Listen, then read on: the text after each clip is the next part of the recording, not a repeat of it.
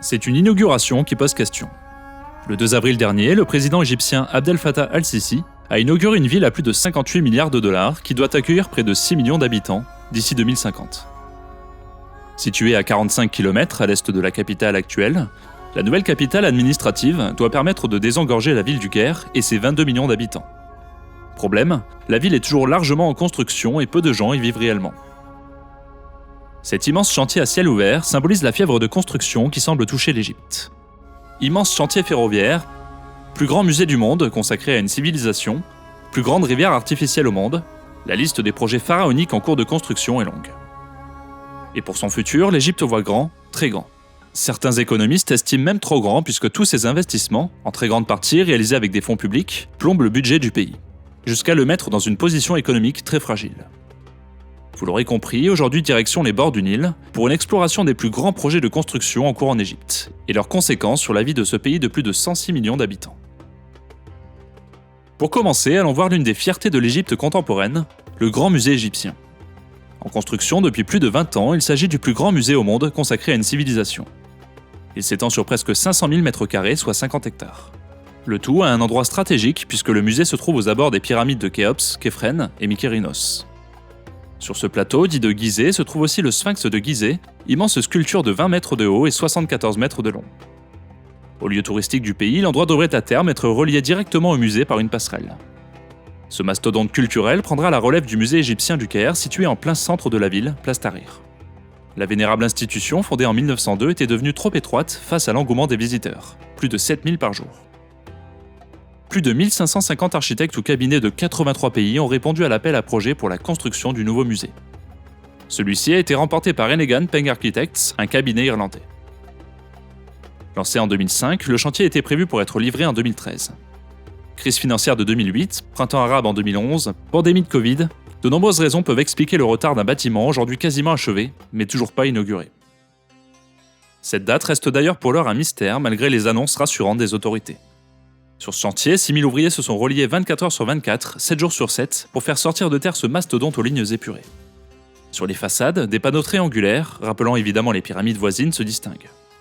Un motif aussi omniprésent sur le mur lumineux de 800 mètres de long et 40 mètres de hauteur, entièrement construit en onyx, ce qui permet de laisser passer une lumière plus douce en journée pour éclairer l'intérieur du bâtiment.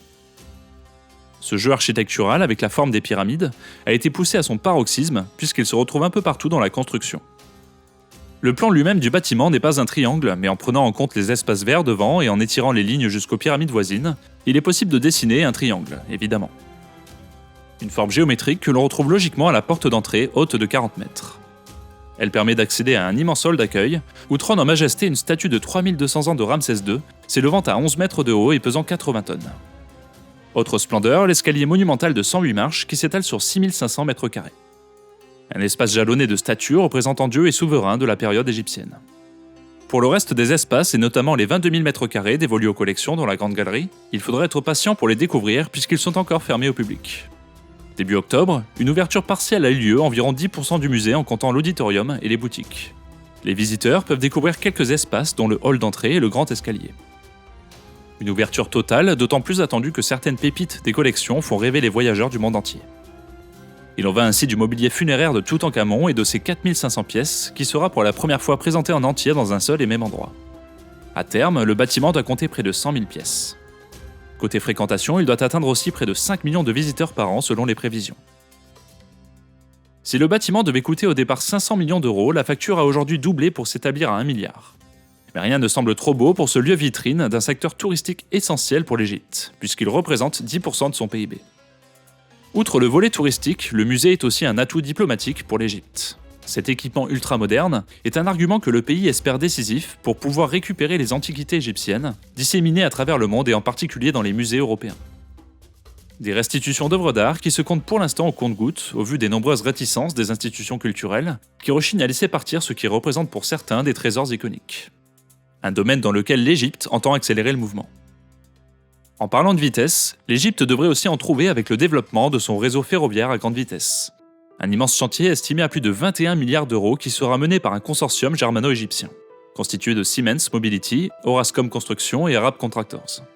L'objectif, construire 3 grandes lignes ferroviaires qui s'étaleront sur 2000 km de voies ferrées, permettant la circulation de trains allant jusqu'à 250 km/h pour les TGV, 180 pour les trains régionaux et 120 pour les trains de marchandises.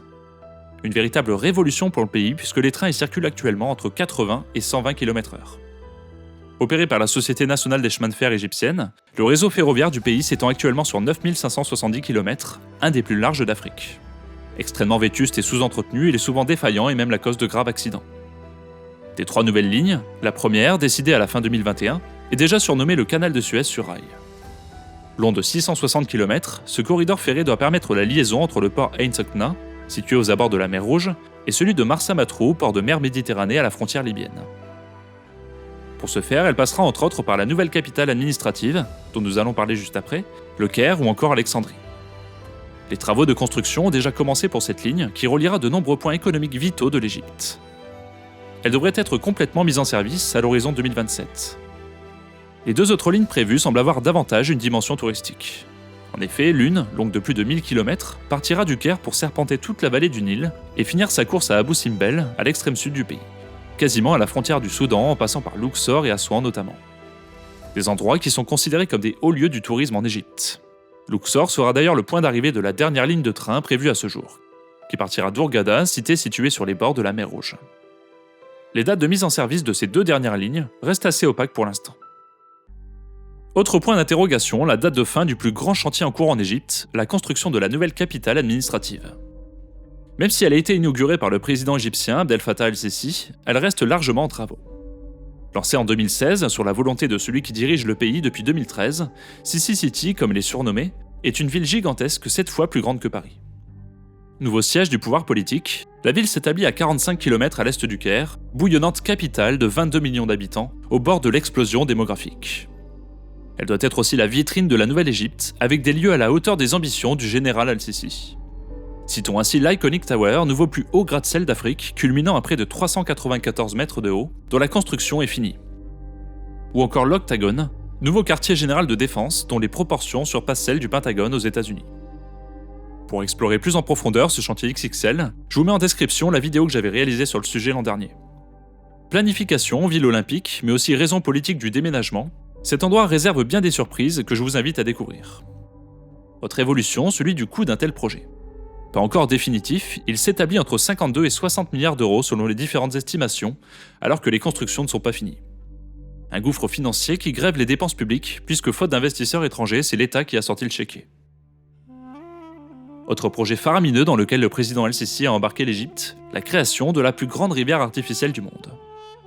Le projet Nouveau Delta, comme il est appelé, vise à agrandir la surface cultivable de l'Égypte et sortir le pays de sa situation de dépendance alimentaire, puisqu'il importe massivement de nombreuses denrées, au premier rang desquelles le blé. Lancée en 2021, l'entreprise vise à rediriger les eaux agricoles usées provenant de l'un des bras du Nil, afin de pouvoir irriguer plus de 9000 km² de nouvelles terres agricoles. Pour ce faire, une rivière artificielle de 114 km est en train d'être construite. Un projet unique dans l'histoire agricole du pays que j'avais détaillé dans une vidéo sortie il y a quelques mois. Je vous mets le lien en description si vous voulez en savoir plus.